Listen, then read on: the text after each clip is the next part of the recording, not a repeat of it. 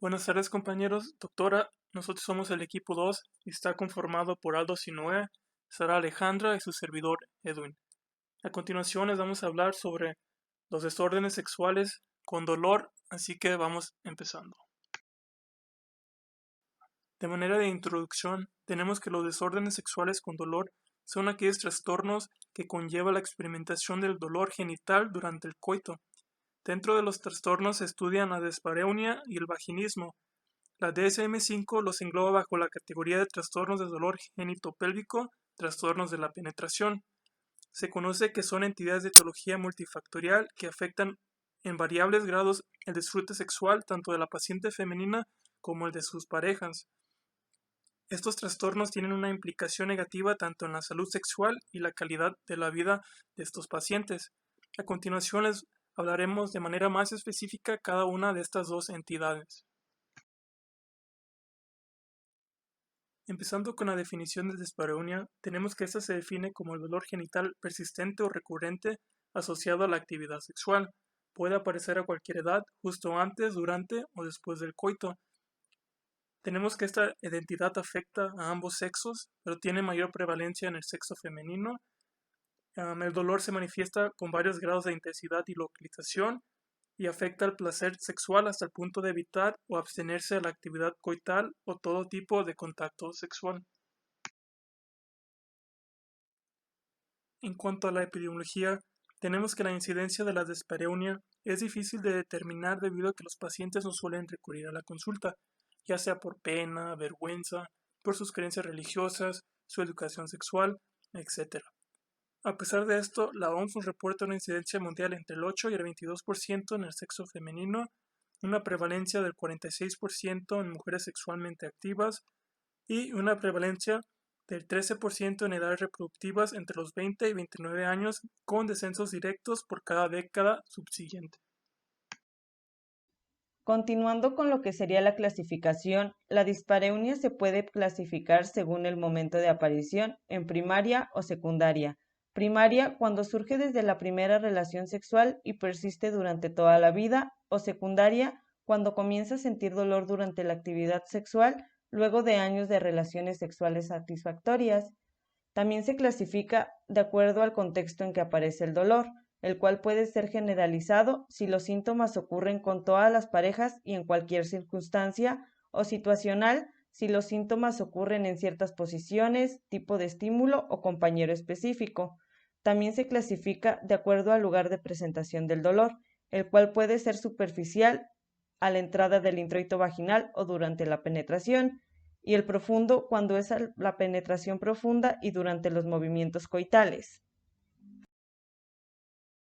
En cuanto a la etiología, va a depender de la localización, si es superficial o profunda. Cuando es superficial, las causas más comunes van a ser la bartolinitis, las infecciones vulvovaginales y la irritación de genitales externos.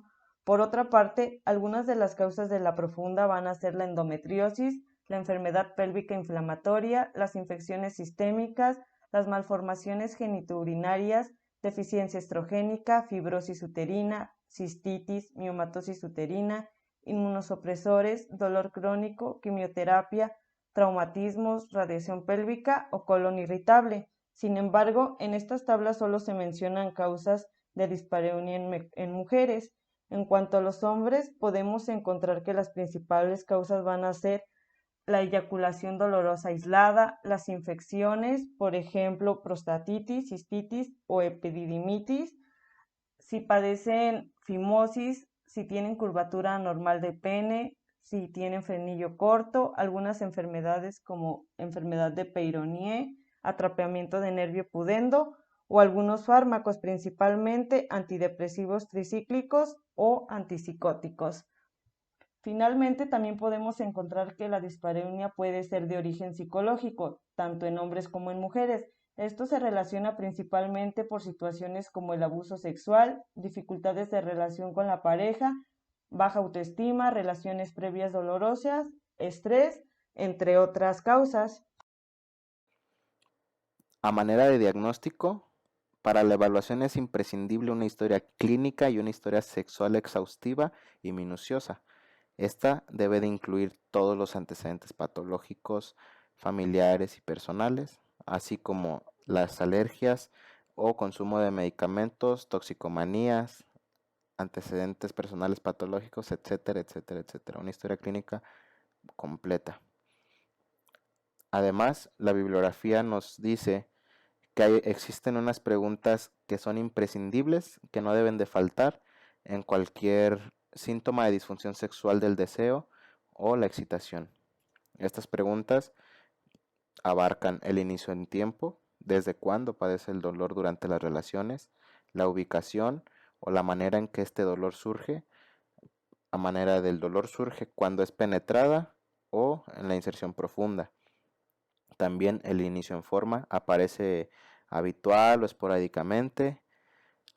También si remite el dolor a cabo de un rato o se intensifica con cada empuje o cada penetración. El tipo de dolor, cómo es, le arde, le pica, siente como un aguijoneo, etcétera, etcétera, etcétera. ¿El dolor es soportable o realmente, como lo platica la paciente, es realmente insoportable? También hay que ver si el dolor se ubica en la misma zona o se irradia hacia alguna parte del cuerpo. También factores que lo aumenten o que lo disminuyan. También se aumenta o disminuye con una posición que adopte, etcétera, etcétera. Y culminando con la zona exacta que nos señale en dónde, la duración del dolor y bueno, pues síntomas acompañantes. Además de lo que hemos mencionado, el diagnóstico va a ser meramente clínico, basado en signos, síntomas y el examen pélvico que se lleve a cabo. Como lo vimos en la clasificación, de acuerdo al lugar de localización del dolor, vamos a tener dispareunia superficial y profunda. Por ende, van a ser diagnosticados como tal. A grosso modo, la dispareunia superficial, bueno, engloba inspeccionar toda la piel vulvar, incluido pliegues entre labios mayores y menores, el capuchón clitoridio, el meato ureteral, el himen y aberturas de los conductos de glándulas vestibulares mayores. Esto con el fin de identificar lesiones, laceraciones, etcétera, etcétera. Las áreas externas no dolorosas obviamente se tocan antes de moverse hacia las zonas dolorosas. Esto con el fin de provocar la menor molestia posible a la paciente. La hipertonía de los músculos pélvicos puede sospecharse si el dolor es similar al que aparece durante el coito y bueno, esto lo vamos a provocar palpando los músculos elevadores del ano principalmente y la paciente nos debe de referir si el dolor se asimila o no al que siente durante el coito. Por otro lado, la palpación de la uretra y la vejiga puede identificar molestias anormales. Todos estos datos a la exploración pélvica van a ser sugestivos de una dispareunia superficial. Dispareunia profunda. Se requiere un examen bimanual cuidadoso para determinar si el movimiento cervical o uterino o la palpación de los anexos causan dolor y comprobar la presencia de nódulos en los fondos de los sacos vaginales. Además, el examen rectovaginal se realiza para confirmar la superficie del tabique rectovaginal, así como la cara posterior del útero y sus anexos. Pero bueno, probablemente todos los trastornos uterinos y ováricos que causan dispareunia profunda van a ser evaluados a mejor manera con estudios por imagen según la indicación clínica. Posteriormente vamos a mencionarlos. De acuerdo, los exámenes paraclínicos van a ser de mucha utilidad para diagnosticar la dispareunia, principalmente dispareunia profunda, que es lo que no podemos evaluar de manera superficial. Vamos a indicar estudios sanguíneos como la eritrosedimentación, un leucograma y o hemocultivos, esto en búsqueda de procesos sépticos. Después podemos pedir análisis de orina, exámenes general de orina, parcial de orina, así como urocultivo para buscar los mismos procesos infecciosos, probablemente. Por otro lado, tenemos biopsias de piel vulvar y mucosa vaginal. Bueno, esto meramente para descargar trastornos neoplásicos según el caso, así como análisis de muestras de secreciones vaginales, endocervicales y exámenes citológicos. Por último, pero no menos importante, tenemos exámenes imagenológicos y endoscópicos si fuera necesario. Muy bien. Por último, tenemos el tratamiento. Ya hemos visto que el tratamiento va a girar de acuerdo al agente causal y, bueno, pues este debe de ser tratado como tal.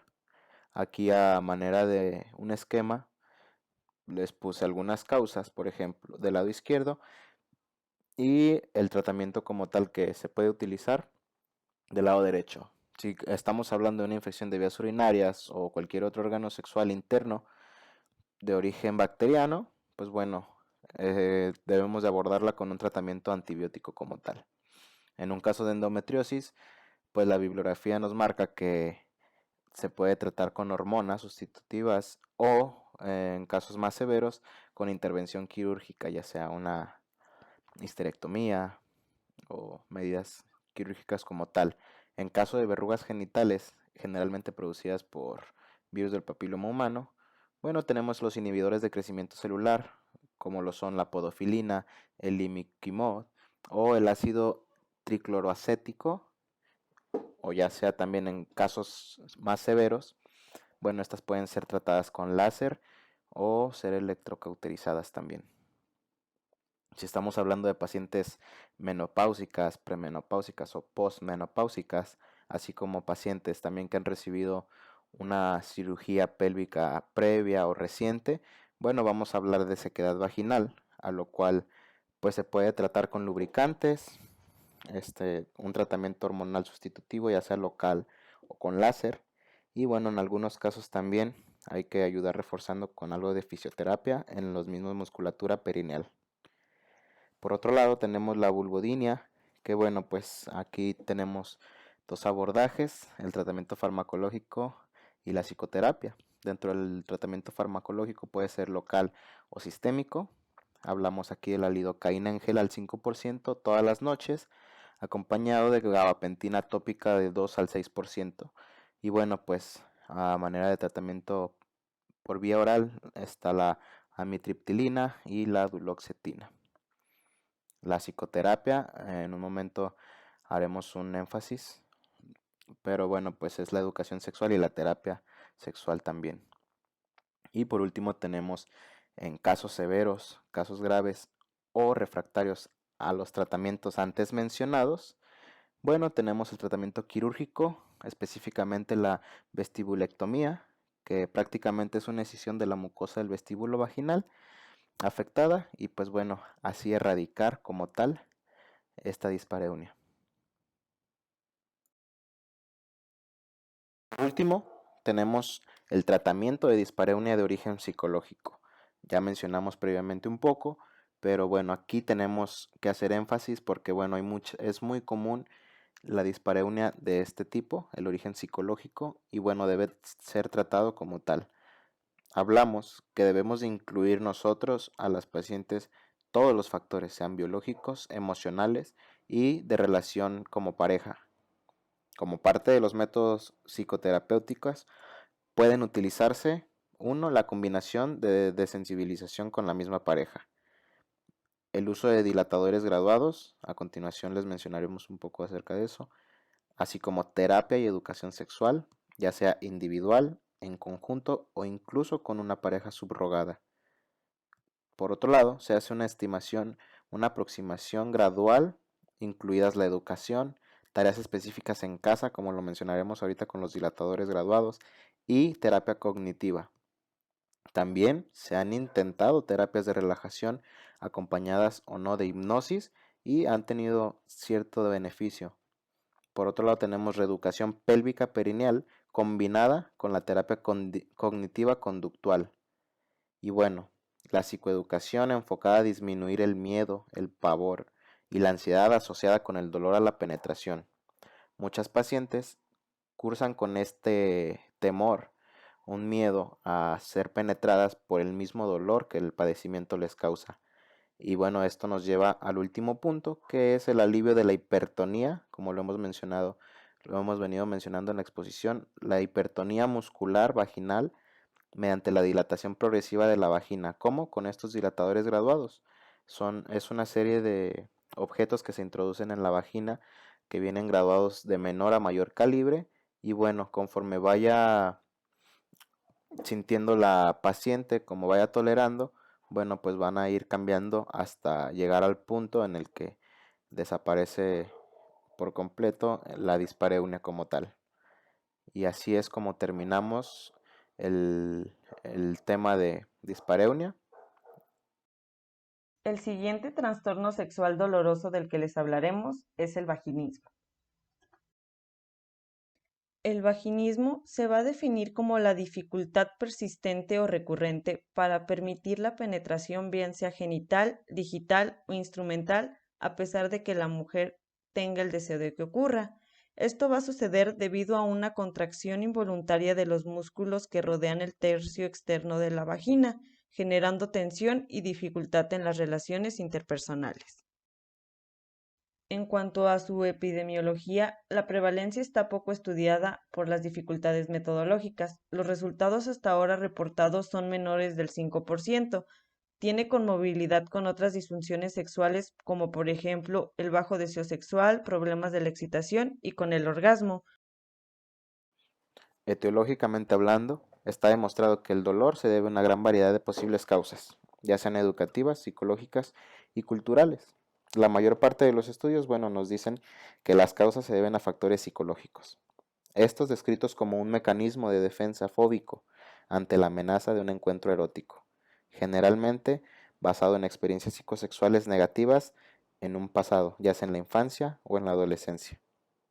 ¿Cuáles son estas causas? Bueno, las más frecuentes son miedo al dolor, ya sea por experiencias sexuales traumáticas previas, como se menciona aquí en la tablita, miedo al embarazo, miedo a alguna enfermedad de transmisión sexual, o meramente por la educación con la que creció la paciente, ya sea por su religión o porque en su familia, bueno, pues son familias muy reservadas o muy estrictas que, bueno, lo inculcan como tal. Bueno, y se menciona que la contracción de los músculos vaginales funcionaría como un mecanismo de defensa, como lo mencionamos, inconsciente para evitar el peligro que implica la penetración. Y bueno, entrando a la clasificación, vamos a tener dos tipos de clasificación que la bibliografía nos marca como tal, comenzando por la clasificación de los tipos de vaginismo modificada de Lamont. La bibliografía nos marca que esta se va a dividir en 5 grados, de menor a mayor gravedad como tal.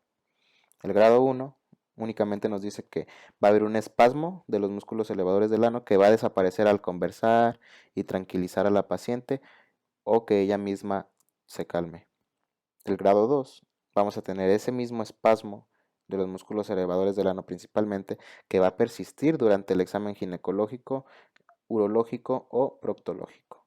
El grado 3 es el mismo espasmo de los músculos o cualquier tensión de los glúteos a cualquier tentativa de exploración ginecológica, urológica, proctológica. A grado 4 va a ser una moderada excitación, va a haber un espasmo del elevador del ano, un arqueamiento dorsal, abducción de los músculos y defensa como tal y retracción. Es un poco más agresiva. Y el grado 5 va a ser extrema defensa de excitación neurovegetativa con negativa a la exploración ginecológica, urológica o proctológica como tal. Un mecanismo de defensa al 100%.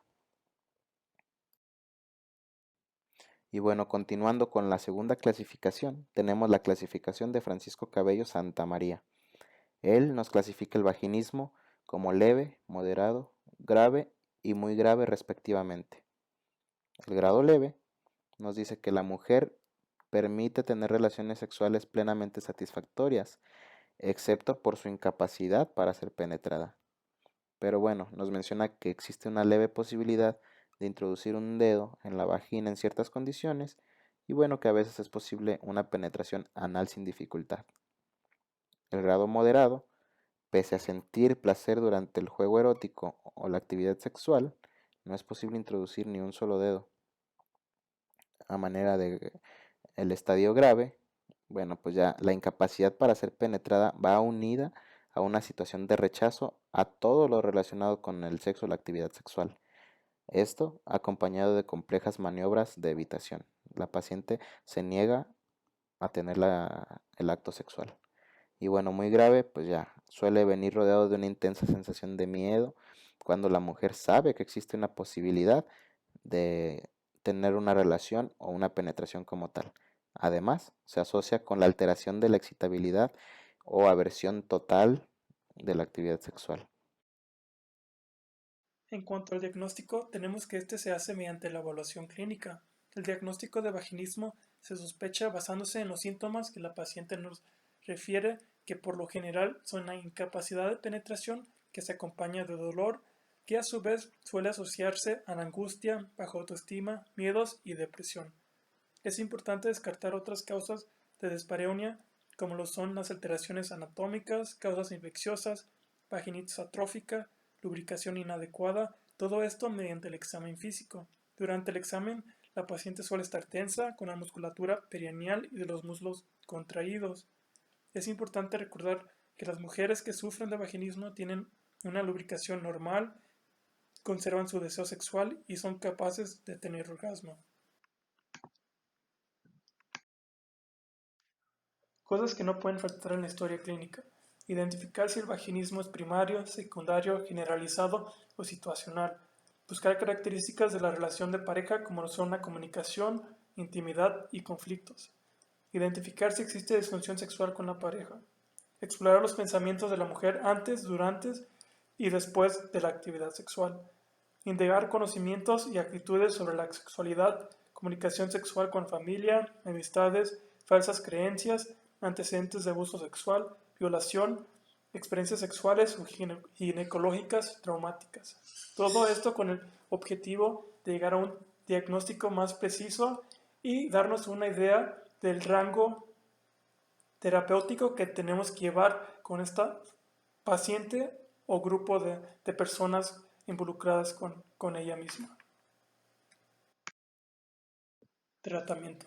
La mayoría de los tratamientos están enmarcados en el paradigma cognitivo-conductual y tienen como objetivo ayudar a la mujer a ganar control sobre sus músculos del piso de la pelvis. Se recomienda un abordaje multidisciplinario, explorar los temores sexuales y tratar con movilidades. Como tratamiento específico dirigido al vaginismo tenemos los ejercicios de exploración de la vagina y de sensibilización con el uso de dilatadores vaginales. Desensibilización progresiva.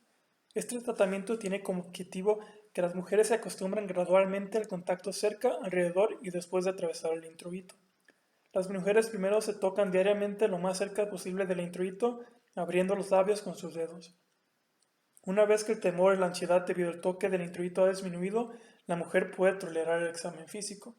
Como ya lo vimos en el diagnóstico, debemos de hacer un examen físico, pero muchas veces este se imposibilita por lo mismo de que la paciente no tolera el contacto de estas partes, por lo cual se recomienda iniciar con la desensibilización de sus partes genitales para después realizar el examen sin ningún problema. El siguiente estadio es introducir sus dedos más allá del himen. Empujar lentamente agranda la abertura y facilita la introducción. Una vez introducidos dedos sin molestias, pueden introducirse progresivamente conos vaginales de tamaño creciente. Cuando esta introducción no trae molestias, la pareja puede incluir la estimulación penial vulvar. Finalmente, la mujer introduce el pene de su pareja como si fuera un cono.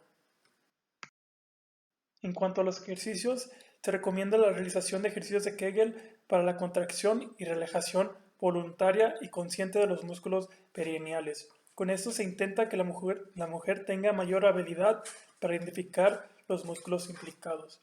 Un ejemplo de otro ejercicio sería que la mujer coloque un dedo en su vagina intentando apretar el dedo y luego relajando utilizando solo los músculos vaginales. Dilatadores. Un dilatador es cualquier objeto sólido que se inserte en la vagina para reentrenar y estirar la vagina. Se empieza con uno pequeño y se va aumentando gradualmente de tamaño con el objetivo que la mujer pueda introducir un dilatador del tamaño de un pene sin que éste cause molestias o dolor. De igual manera, es importante mencionarle a nuestra paciente que es ella quien lleva el control de lo que se introduce a su vagina, por lo cual no tiene que sentir angustias o molestias al ver el tamaño de los dilatadores. De igual manera se recomienda animarla y recomendarla a no abandonar el tratamiento debido a que se ha comprobado que este método tiene una eficacia de hasta el 100%. Dentro de los dilatadores tenemos que esos se clasifican en dos grandes grupos, dilatadores caseros y dilatadores comprados. Dentro de los caseros tenemos que la paciente puede utilizar partes de su cuerpo como son sus dedos, dedos de la pareja, objetos como son velas, tampones o cepillos, vegetales como son las calabacitas, zanahorias, y dentro de los comprados tenemos que ya existen kits que vienen con tamaños que van aumentando gradualmente y que la paciente, como ya les mencioné, va a ir introduciéndose estos mismos conforme vaya tolerando el tamaño. A su vez tenemos que estos pueden o están fabricados de distintos materiales como lo son plástico, vidrio y silicona, y en este caso se recomienda que utilicen los dilatadores duros, los cuales la bibliografía mencionaban eran aquellos fabricados con plástico. En cuanto al tiempo que tenían que mantener esos objetos dentro de su vagina, mencionaba que se recomendaba que tenían que estar por lo menos 10 minutos y que esto se repetía por lo menos varias veces por semana.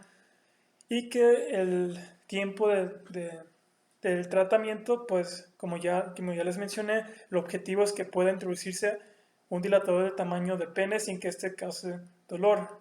Y en algunas pacientes mencionaba que se podía resolver en meses, mientras que en otras duraba hasta años. E independientemente del dilatador que utilice, se recomienda que estos se encuentren esterilizados y si no están esterilizados, por lo menos estén limpios. Se recomienda que utilicen un condón, envuelvan el dilatador y que lo introduzca conforme lo vaya tolerando.